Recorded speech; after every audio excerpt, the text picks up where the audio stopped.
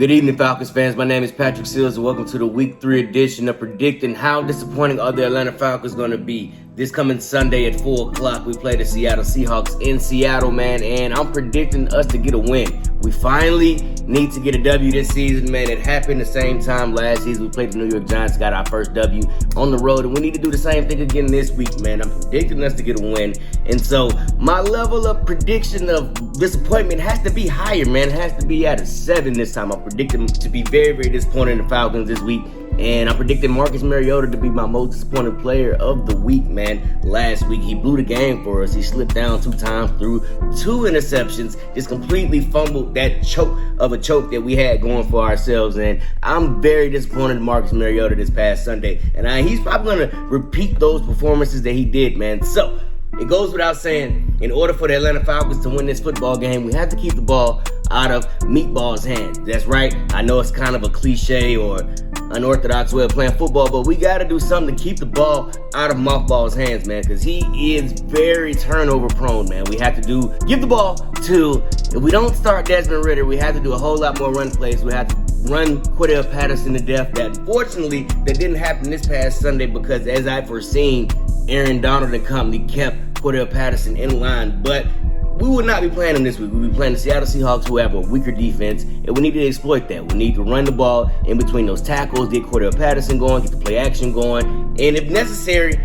do those outside runs and pass plays that Marcus Marinara likes to do, man. Those are his best plays when he's running to the outside, to the left, because he cannot sit in the pocket. If we do not start Desmond Ridder, Marcus Marinara needs to keep the ball out of his hands, but unfortunately, that's not going to happen. So he needs to do a lot of roll passes. Just keep the ball out of his hands, man.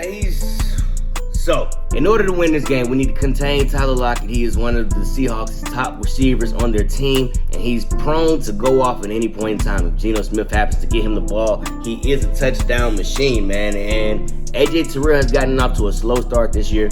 He's got burnt by Cooper Kupp last week and Michael Thomas the previous week before that. And he needs to get going as well, man. He needs to get back to that form he had last season in order to keep this defense safe, man. And we can do that with Geno Smith, man. We can do that. AJ Terrell can get a couple picks, a pass deflections. He can do something to keep the Seattle Seahawks from scoring, man. And speaking of Geno Smith, we need to keep Geno Smith in the pocket. We need to get Grady Jarrett in that defensive front to form a barrier around Geno Smith so where he's not able to scramble and evade and get out of that pocket, because we need to keep him in that pocket and get the sacks, man. And we also need to keep the ball out of Meatball's hands. And in order to do that, we need to give Kyle Pitts the ball. If that means, wide receiver screens, wide receiver drag, slant plays, we need to get Kyle Pitts involved more into the game, man. We drafted him number 4 overall last year, and total, he has 4 receptions so far into the season. He only has 4 receptions so far into the season. That is completely unacceptable for a team that is struggling to get wins. Now, of course, Arthur Smith said it's not fantasy football. We're trying to win out here. But it doesn't look like you're trying to do that, Arthur Smith, because we aren't winning. Those aren't the right things to say to this type of statement. This is not the time to say that. You're trying to win? It doesn't look like it. Not by getting Kyle Pitts. It's just terrible. We need to get Kyle Pitts involved, man. I'm not a coach. I don't have a decision to make in the game. But if there was ever a time for anybody to say anything, now is the time, man. Get Kyle Pitts involved into the football game. Something. Red zone. He has 1 red zone attempt this whole season. That is terrible. That's terrible for a team that is 0-2 and the coach talking about it's not fantasy football. We're trying to win football games. It's not working.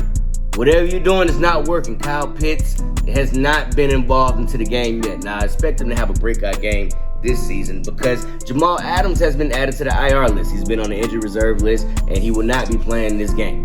So there's your opportunity to get Kyle Pitts involved. There's a mismatch somewhere in there because Kyle Pitts normally gets lined up against the average cornerback, and the average cornerback is not fast enough to cover or tall enough to cover Kyle Pitts. And the same goes for the safety. Now, Jamal Adams is an all-pro safety, but he will not be playing. So there's a manageable mismatch that the Falcons have to exploit in order to win this game, man. And of course, I think Drake London is a good compliment to Kyle Pitts. Of course, Drake London was rated the highest rated rookie wide receiver in week 2 according to Falcons Wire, which is a positive. I was very down on Drake London when we drafted him. You can go watch my reaction to drafting Drake London, and I didn't like it. But now, he's okay. He hasn't done anything to make me love him, go buy his jersey, anything like that. He's okay. He's capable. He's a Mohamed Sanu type right now until I see, I take that back because Mailman has to throw him the ball. I would like to see Mailman throw him a deep pass to see how he will do on going to get the ball in deep coverage. I would like to see Drake London do that, but we need to see Meathead throwing the ball deep, and Meathead doesn't seem like the type of quarterback to make deep passes. That would be a Desmond Ridder throw, which I would love to see this coming game. I would love to see that, but unfortunately that's not going to happen. So I have to pray and hope that Marbles throws Drake London the ball on a deep pass and just gets Kyle Pitts and Drake London involved in this game. And of course, we need to keep Cordell Patterson involved in this game. More handoffs, more screen passes, more touches, more sweeps, everything. We need to win this game, man. This is the do-or-die situation for the Falcons. Of course, we're probably not going to make the playoffs, but I can't remember the last time we started 0-3. I forgot. When we fired Dan Quinn. Yes. So, everything's on the line for us this game, man. If we don't win this game, look to hear more rumors about Desmond Ridder starting and look to hear rumors about Arthur Smith getting fired because he can't last as much longer with this team. So, Damian Williams is also on the IR, like I said last week, so Tyler Algiers will be looking to replace him because he was involved in this game. It's against the Rams. I did like to see that. So, yeah. Let me know how you think you're going to be disappointed in the Falcons. My level is going to be at a 7, and Marinara is probably going to be my most disappointed player. So y'all get at me. Let me know what y'all think the Falcons going to do this game, man. My name is Patrick Seals. I see you when I see you.